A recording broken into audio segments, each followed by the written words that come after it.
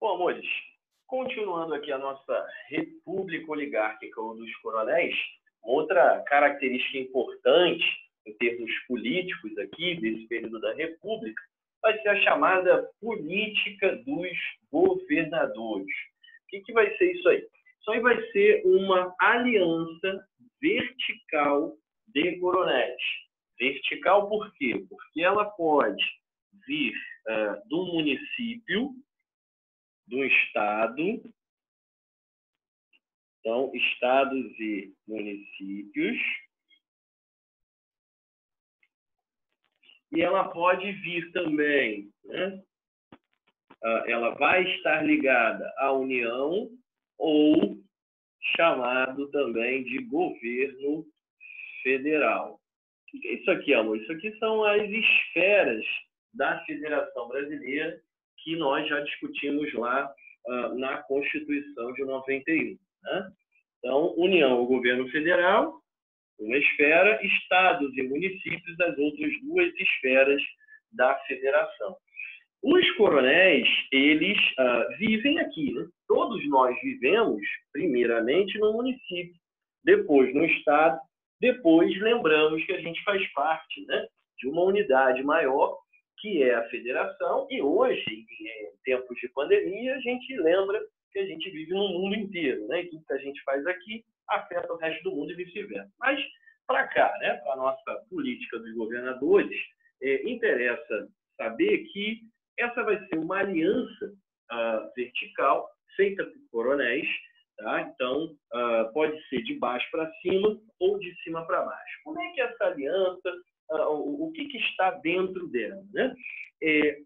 Alguns governadores dos estados começaram a perceber que seria muito mais fácil ganhar eleições e perdurar e permanecer no poder por muito tempo se houvesse um apoio recíproco, um apoio mútuo entre essas três instâncias, ou melhor, entre os coronéis das três instâncias. Os coronéis que dominam determinados municípios, estados e também o governo federal. Nessa aliança, a base dela, né, na base dela vai estar o voto. Né? Votos que vêm de estados, que tem vários municípios, para uma troca, para trocar por um apoio federal. Então, você tem, na base, né, dessa aliança aqui, votos. Então, os estados e os municípios vão conceder votos, tanto votos que vêm dos seus eleitores diretamente, né, aqueles que vão ser encabrestados aqui, mas também votos dentro do Congresso Federal. Né? Votos que vão eleger um deputado federal, um senador, e vão eleger um presidente da República, serão muito importantes. Mas também os votos que os deputados federais e os senadores vão dar para o presidente da República aprovar suas medidas. Então, você tem uma troca de votos por alguma coisa. O que seria isso? Por apoio. Né? O Estado e o município apoiam as medidas federais, o governo federal apoia as medidas tomadas por governadores, prefeitos, seus congressos estaduais ou assembleias legislativas e também as câmaras municipais. O que a União ou o governo federal vai devolver para os estados e para os municípios? Vai devolver cargos, os principais cargos que estão sobre o controle do governo federal, ministérios, secretarias importantes, direção ali de autarquias importantes, vão ser concedidas aos principais aliados nos principais estados e municípios que conquistaram mais eleitores, para quem está aqui em cima, e, ao mesmo tempo, mais bancada no Congresso para também apoiar as medidas federais. Cargos, verbas. A Constituição determinava um mínimo de verbas que deveria ser direcionada para cada estado, mas, né, além do mínimo, você só concede verbas para os seus aliados, para os seus parceiros. Né? E também, se você vai ter mais verbas, você vai ter, nos estados e municípios aliados, muito mais obras que vão chamar a atenção e que também vão facilitar a conquista de muito mais votos. Então, você tem, né, votos estaduais, que são estados que são compostos por vários municípios, em troca de um apoio federal. Esse apoio também ele vai vir no seguinte: a União, o governo federal, não vai intervir em decisões que podem ser as mais radicais, as mais bizarras, as mais corruptas que ocorrem aqui dentro. Por quê? Porque faz parte de um acordo. Uma vez dado o voto, você recebe isso e você não vai sofrer intervenção. Intervenção federal que pode tentar caçar algum político corrupto ou que pode, sei lá, cancelar uma política estadual ou municipal. Né? Então, isso aqui é uma troca, é um esqueminha, é um dano que se recebe. Né? A bancada estadual, né? A bancada que foi eleita para ser deputado federal no Distrito Federal, à época Rio de Janeiro, né? Deputados que vieram da Bahia, do Rio Grande do Sul, do Maranhão, eles votam junto com o presidente da República. Por quê? Porque o presidente da República disponibiliza verbas para os seus estados, disponibiliza cargos para os seus correligionários, faz mais obras nos seus municípios. Então, se o ministro da Saúde ele é do município de Caxias, no estado do Maranhão, né? A chance desse município, dentro desse estado, receber um hospital federal, uma obra de saúde ali, é muito grande. Porque, né, existe uma conexão entre essas figurinhas, né, do coronelismo. Para acompanhar aqui a política dos governadores, na verdade, para fechar o esquema político da República Oligárquica, a gente precisa falar também da famosa política do café com leite. Basicamente, né, como se o coronelismo fosse a base desse esquema político, que começa nos municípios, em primeiro lugar onde você vive, onde você vota, onde você conhece os vereadores e tal, passa pela política dos governadores, que é quando esses municípios eles trazem votos para os estados, e aí governadores e partidos estaduais, nessa época não havia partido federal, né? Até se tentou criar alguns que enfraqueceram rapidamente. Os partidos mais fortes eram os estaduais: Partido Republicano Paulista, Partido Republicano Mineiro, Partido Republicano Gaúcho. Então, é quando os votos do município se encontram no estado, o estado faz uma panelinha para apoiar determinado candidato no governo federal, para conquistar cargos no governo federal, secretarias, mais verbas e obras também para o seu estado e seus municípios. Já a política do café com leite é a conclusão disso no nível federal. Muitos livros didáticos e muita gente costuma explicar a República Oligárquica começando aqui. Mas, na verdade, ela termina aqui.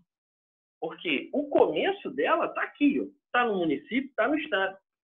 Está no coronelismo, está na política dos governadores. E aí, depois disso aqui, desse esquema, né, desse serem muito bem feitos, é que a gente consegue entender esse esquema aqui. O termo café com leite, pessoal, assim como o termo República Velha, ele é um termo que é anacrônico, ele não foi criado, não foi constituído pelas pessoas que viviam essa República Oligárquica desde o seu princípio. Ele é um termo que começa no final, na segunda metade dos anos 20, começou a aparecer em charges, em jornais e também na oposição ao governo vigente, veremos em outra aula. E na era Vargas é que esse termo ele foi reforçado, ele foi muito falado, né, como uma espécie de crítica à República Velha, outro termo, né, varguista, e defesa à República Nova ou Estado Novo do Vargas. Então, muito cuidado com isso. Tá? Na verdade, isso aqui vai ser uma expressão anacrônica. Café com leite, a gente sempre lembra, né? Porque São Paulo, né, era a principal área de café e Minas, né, seu principal produto era o leite. Cuidado, porque o leite só se torna o principal produto de Minas depois da Primeira Guerra Mundial, nos anos 20, quando a política do café já não ia muito bem. Aí, o que os mineiros, comem quieto, né, muito inteligentes, fizeram? Percebendo que a exportação de café declinava, eles passaram a focar o seu mercado, a sua economia para o mercado interno, fazendo algo que eles já faziam há muito tempo, desde a época da mineração, desde a época dos tropeiros, né, a questão da criação do gado para abastecer, né, tanto a antiga província de Minas, quanto outras províncias ao redor. E aí do gado, leite, né, e carne e outras coisas. Então, na verdade, São Paulo é o maior produtor de café do Brasil e Minas, até o começo dos anos 20, é o segundo maior produtor. Na frente de Espírito Santo, na frente de Rio de Janeiro, é verdade. Então, a ideia do leite só tem noção dos anos 20, exatamente quando essa expressão nasce. Né? E também, né, qual é o sentido da expressão café com leite? Quando a gente usa café com leite até hoje, né, falando de café com leite aqui, uma brincadeirinha na rua, né, jogando bola, sei lá, queimado, né, uma brincadeirinha qualquer, você que é menor, quando menor brincando com os maiores, falam, isso aqui é café com leite, não conta, ele não queima ninguém, não é queimado. Então, uma espécie assim, né, de uma expressão que praticamente não conta. Vargas é que vai reforçar essa expressão, porque ele vai dizer que a república antes dele não valia de nada, que as eleições não valiam de nada, era um jogo de cartas marcadas, que os políticos valiam nada, todos corruptos, que todo mundo já sabia quem ia ganhar aqui em cima, né, ou aqui embaixo. Então, era nesse sentido. Tá? Se a gente quisesse um nome oficial para isso aqui, né, seria a política ou o Pacto de Ouro Fino, que foi o nome da cidade mineira onde políticos de São Paulo e Minas se encontraram e resolveram aqui, né, preservar uma aliança eleitoral que pudesse preservá-los no poder por mais tempo. Daí a ideia, né, dessa aliança São Paulo e Minas. Por que São Paulo e Minas se unem? Porque juntos eles possuíam a maior quantidade de eleitores do Brasil e, portanto, também constituíam a maior bancada dentro do Congresso. Eles tinham a maior parte dos deputados federais do Brasil. Tá? E daí, né? Se eles têm muitos eleitores, têm uma grande bancada, eles têm mais força para escolher o presidente da República. E aí, se eles conseguem conquistar o presidente da República, o presidente é que escolhe pelo menos 1.000 cargos numa canetada. Hoje são mais de 2.000, se não me engano. Numa canetada, o presidente da República escolhe uma série de cargos. Então, tendo mais força para escolher o presidente, eles controlam, né, os principais cargos e as principais verbas, que são as federais, são os impostos federais, são os recursos federais, né, e eles garantem aqui um predomínio, quase que um monopólio, né, do processo eleitoral. De modo que nós temos muitos paulistas e mineiros governando. Ao terminar essa parte da aula, eu vou deixar aí uma artezinha com a sequência dos presidentes, vou mostrar ali quem é quem. Então, a maioria, né, vai ser de São Paulo, vai ser de Minas, ou, né, quando não é paulista e mineiro, foi eleito com apoio dos dois ou de pelo menos uma dessas oligarquias aqui. Podemos dizer que são os principais coronéis do Brasil nesse momento, são aqui os de São Paulo e Minas. Sempre me perguntam, e o Rio de Janeiro? O Rio de Janeiro, nesse momento, está rachado. Você tem a província do Rio de Janeiro, com capital em Niterói, e você tem o Distrito Federal, que seria mais ou menos hoje um município do Rio de Janeiro. Então, juntando os dois, até dá para considerar, né, se fosse juntar os dois, Distrito Federal e a província do Rio de Janeiro, daria para considerar que o Rio de Janeiro disputava o terceiro lugar, né, na quantidade de eleitores. Lembrando os critérios eleitorais da Constituição de 91, né, você não tem um voto censitário, mas você tem um voto que exclui o analfabeto. E aí só era alfabetizado quem tinha recurso, ou estados e municípios que recebiam recursos para alfabetizar. Vejam como é que o jogo ele é bem restrito, né? É uma panelinha ali excludente. Então, Rio de Janeiro só disputa o terceiro lugar em termos de eleitores quando a gente une província e Distrito Federal, que não eram a mesma coisa nesse momento.